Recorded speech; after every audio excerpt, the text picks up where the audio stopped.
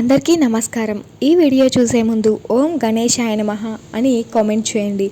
బుధవారం ప్రత్యేకంగా గణపతి కోసం సమర్పించడం జరిగింది. బుధవారం అనేది గణపతికి అత్యంత ప్రీతికరమైన రోజు. ఈరోజు గణపతికి పూజలు చేయడం ద్వారా మీ కోరికలను తీర్చుకోవచ్చు. అలాగే బుధవారం గణపతి పూజతో పాటు కొన్ని పూజలు చేయడం వల్ల గణపతి భక్తుల జీవితంలో ఆటంకాలు తొలగిపోతాయి అని నమ్మకం. కాబట్టి బుధవారం చేయవలసిన పూజలు ఏంటో తెలుసుకుందాం. తద్వారా మీ కష్టాల నుంచి ఎలా గట్టెక్కాలో తెలుసుకుందాం. హిందూ మతంలో వారంలోని ప్రతిరోజు ముఖ్యమైనది. ప్రతిరోజు ఏదో ఒక దేవతకు అంకితం అవుతోంది. శాస్త్రాల ప్రకారం బుధవారం వినాయకుడికి అంకితం చేయబడినది. దేవతలలో గణేశుడు మొదటిగా పూజించిన దేవుడు. హోదాను కలిగి ఉన్నాడు. భక్తుల విశ్వాసాల ప్రకారం వినాయకుడిని పూజించడం ద్వారా అతను తన భక్తులందరి కష్టాలను తొలగిస్తాడని నమ్మకం. బుధవారం గణపతి పూజతో పాటు కొన్ని పూజలు చేయడం వల్ల గణపతి భక్తుల జీవితంలో ఆటంకాలు తొలగిపోతాయి. కాబట్టి బుధవారం చేయాల్సిన పూజలేంటో తెలుసుకుందాం. బుధవారం చేయవలసిన పూజలు. విద్యార్థులు పరీక్షలలో విజయం సాధించడానికి బుధవారం ఒక పూజ చేయాలి. ఇందుకోసం విద్యార్థులు 7 బుధవారాలు నిరంతరం గణేశుడికి శనగపిండి సమర్పించాలి.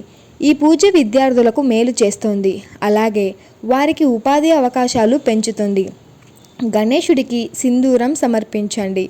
మీ జీవితంలో నిరంతరం సమస్యలు ఉంటే మరియు ఈ సమస్యలు అంతం కాకపోతే బుధవారం మరొక పూజ చేయాలి. ఇందుకోసం వరుసగా 7 బుధవారాలు గణపతి ఆలయానికి వెళ్ళి గణపతికి దీపారాధన చేయాలి. సింధూరం గణపతి విగ్రహానికి పూయడం వల్ల ఉద్యోగ జీవితంలో సమస్యలు తొలగిపోతాయి. ఆవుకు పచ్చగడ్డి తినిపించడం.